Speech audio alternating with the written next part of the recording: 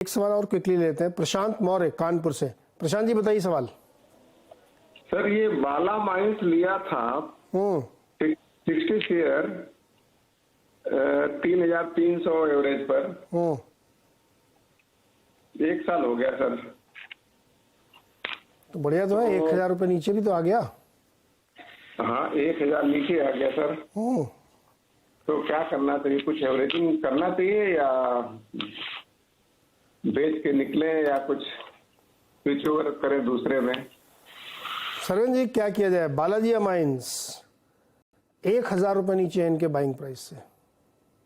जी जी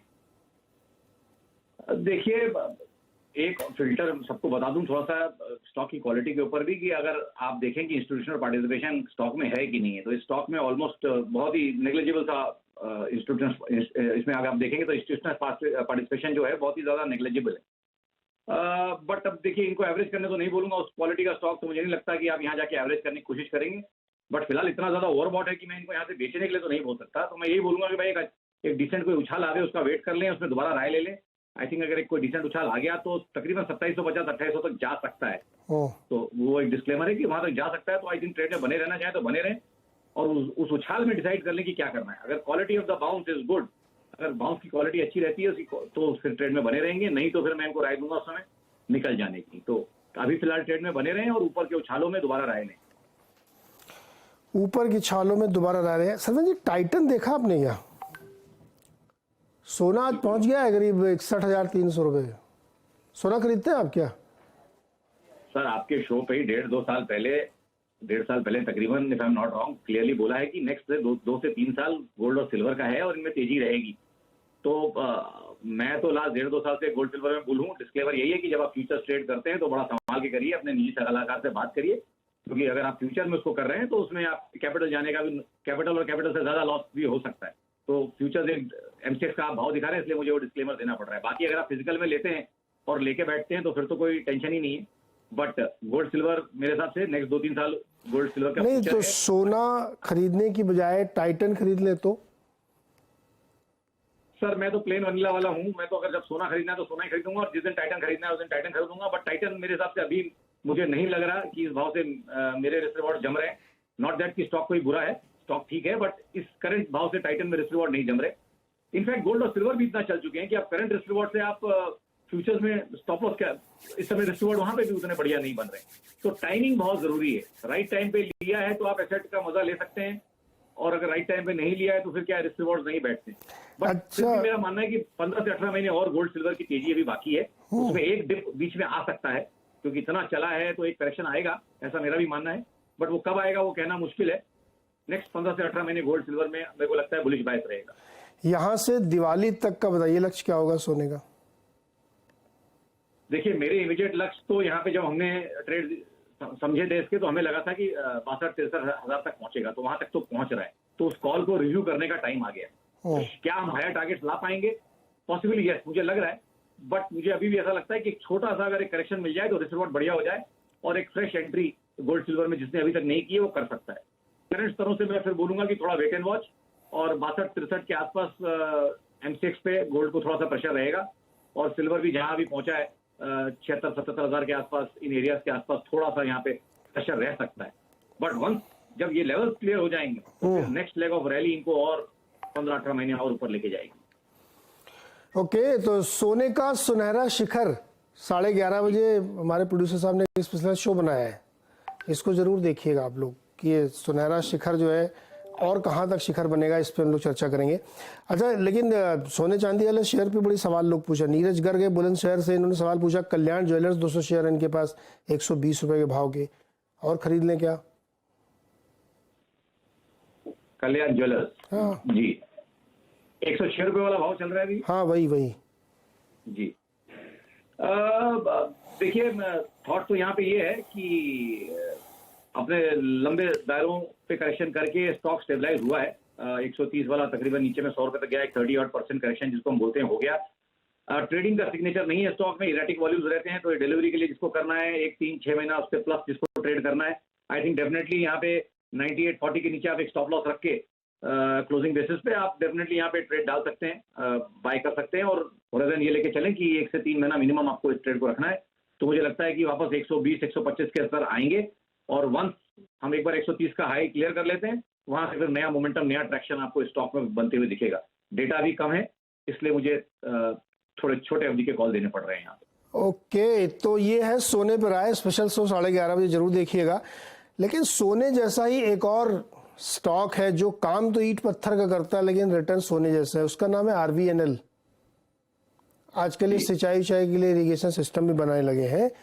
ऐसा स्टॉक ने क्या जबरदस्त रैली करी, ईयर टू डेट 70-75% ऊपर है। दिखाइए चार्ट, दिखाइए RVNL का। अब इसमें सवाल बहुत अच्छा आया तीर्थ दास का, क्या अभी भी खरीद लें क्या 130 पर? कारण ये है, देखिए 3 महीने में 81% चला है। अब जैसे 100 रुपए के आसपास जब हम लोग डिस्कस कर रहे थे तो लग रहा था कि बहुत चल गया, बहुत चल गया, वहां से और 30% चल गया है। तो आज उनका सवाल बहुत दिलचस्प है, क्या इस भाव पे खरीदें? और आपने कहा नहीं, बहुत चल चुका है, 5 गुना हो गया है, और कल वो फिर 10 रुपए चलेगा, तब क्या करेंगे? तो आज बताइए क्या करना चाहिए। सर बात वही है, यहाँ पे मैं माफी चाहूंगा पहले भी और आज भी। ये इस स्टॉक पे कंप्लायंस की वजह से मैं व्यू नहीं दे पाऊंगा यहाँ पे। IRFC में देंगे व्यू? आई थिंक ये थोड़ा सा ये सब स्टॉक्स को मेरे को अवॉइड करना पड़ेगा because of some compliance reasons, आप समझते हैं। ओके, ठीक है। आप रेलवे शेयर पे राय नहीं देना चाहते हैं तो आप फिर बैंक शेयर में दीजिए। ICICI, एक्सिस, HDFC 3 बैंक हैं जी। इनमें से कोई एक चूज करना हो अविनाश को तो कौन सा चूज करें 18 महीने के लिए? देखिए, यहाँ से अगर लंबी अवधि के इनको लेके बैठना है बैंकिंग में, तो आई थिंक मेरे हिसाब से अगर आप मुझे तीनों में से चूज करने के लिए फिलहाल देंगे तो आज के करंट सेटअप से मुझे लगता है जहाँ पे मेरे रिजॉर्ट बेटर है वो है एक्सिस बैंक। जहाँ पे अगर आप देखें तो शॉर्ट टर्म सेटअप में एक बढ़िया पैटर्न भी बन रहा है और बढ़िया एक high top higher bottom formation आपको दिखेगा कि बढ़िया सा एक्सिस बैंक में बनता है, और मुझे लगता है कि पॉसिबली उसका ब्रेकआउट ऊपर में होगा। तो डेफिनेटली मुझे लगता है कि नेक्स्ट 18 महीने तो नहीं बोलूंगा, मतलब नेक्स्ट 3 से 6 महीने में डेफिनेटली अगर परफॉर्म करना है इस स्पेस में तो एक्सिस बैंक मेरी चॉइस रहेगी। ओके, अच्छा एक स्टॉक है फोसेको, चार्ट में मिलेगा आपको क्या? ट्राई कर सकता हूँ सर। FOSECO, वो लिक्विड टाइप का काउंटर होता है लेकिन 500 शेयर खरीद के बैठे हैं 2457। माफी चाहूंगा, आई थिंक मेरे पास इसका कोड नहीं आ रहा है। अच्छा, PNB में फ्रेश एंट्री करना चाहते हैं संजय? देखिए, बैंकिंग में डेफिनेटली मैंने बोला PSU बैंक्स में फ्लेवर है, उनमें बढ़िया रैलीज हुई थी, उनके करेक्शंस हो गए और उसका फॉलो थ्रू का मूव्स वापस चालू हो गए। तो व्हाई नॉट 60-62 वाली चीज अभी भी 52 रुपए में, जो अभी अगर आप इसका 3-4 महीने पहले का है देखें तो तकरीबन 60-62 चलता था, आज भी इनको 52 के आसपास मिल रहा है। तो मेरा अभी भी मतलब 62 के हाई तो चैलेंज यहाँ पे हो जाएंगे, 1 से 3 महीने लगेंगे, बट 62 और 62 के ऊपर भी जाएगा। तो why not, I think PSU banks में और PNB में आई थिंक रुझान पॉजिटिव है, PSU बैंक इंडेक्स पे भी रुझान पॉजिटिव है, तो आई थिंक डेफिनेटली यहाँ पे खरीदारी की जा सकती है। अच्छा, अस्त्र माइक्रोवेव, एस्ट्रा माइक्रो, देखिए जरा इसको, क्या भाव चल रहा है आजकल? 320 से होल्ड कर रही हैं कविता, और जानना चाहती है कि एग्जिट करें या इसमें या अभी बने रहें। 320 सेम प्राइस पे इनका होल्डिंग है एस्ट्रा माइक्रो में, क्या करें? हाँ, तो आई थिंक पीछे से इसको होल्ड करते आए हैं। स्टॉक में एक बड़ा करेक्शन आया था जब 380 से 360 से मोटा मोटी 220 की तरफ गिरा था। आई थिंक वो पुल बैक कंप्लीट हो गया। जैसे हमने बात भी की, काफी सारे मिड कैप स्टॉक्स हैं जिनमें multi month multi quarter corrections पूरे हो गए हैं और जिनमें एक 30-40% या उससे ज्यादा की गिरावट हुई है। मैंने उस पर ट्वीट भी किया था कि भाई उन सब स्टॉक्स में अब डेफिनेटली रिस्क रिवॉर्ड अच्छे हो गए, उनमें से ये काफी चल चुका है। तो यहाँ से नया रिस्क रिवॉर्ड तो मुझे अभी नहीं दिख रहा, बट जो इनकी करंट पोजीशन है मैं बोलूंगा उसको थोड़ा प्रोटेक्ट रखें, और मेरे हिसाब से थोड़ा ट्रेड में अगर बने रहना है तो यहाँ मैं इनको एक स्टॉप लॉस जरूर बोलूंगा। 304 रुपए 40 पैसे का एक स्टॉप लॉस इनको जरूर रखना है, सो दैट इनके साथ वो दूसरा वाला वापस से इंसिडेंट ऐसा नहीं हो जाए कि स्टॉक इनके भाव से बहुत ज्यादा नीचे चला जाए। तो 304 रुपए 40 पैसे के स्टॉप लॉस से क्लोजिंग बेसिस पे ट्रेड में बने रहने की राय। हाँ, अभी QIP भी 12% नीचे पे हो रहा है। एक स्टॉक है लास्ट में लेना चाहता हूँ, वो मेट्रो ब्रांड जूते वाली कंपनी 906 रुपए पे ट्रेड कर रही है जी। क्या राय बन रही है आपकी इस पे? देखिए, यहाँ पे इंदर जी डेटा थोड़ा कम है क्योंकि डेटा तो खाली 2021 के मिडिल ऑलमोस्ट सेकंड हाफ से मेरे पास क्लियर डेटा यहाँ दिख रहे हैं पैटर्न। तो उस हिसाब से देखिए मैं यहाँ यही बोलूंगा कि मंथली क्वार्टरली वाले तो सेटअप उतने क्लियर नहीं है, बट डेली वीकली में जितना लग रहा है आई थिंक ऑलमोस्ट अपने रिस्क रिवॉर्ड के अपर एंड पे आ रहा है। तो मुझे लगता है कि ऊपर में कहीं इसके बाद 950 960 की जगह है और नीचे में तकरीबन 800 सवा 800 तक जाता है। तो रेंज की कहीं मिडिल में है।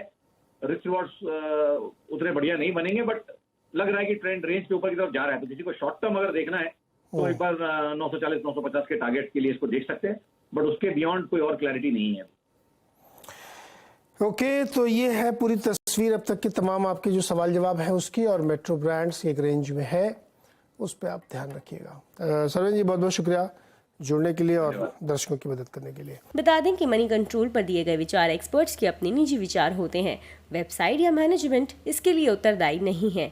यूजर्स को मनी कंट्रोल की सलाह है कि कोई भी निवेश निर्णय लेने से पहले सर्टिफाइड एक्सपर्ट की सलाह लें।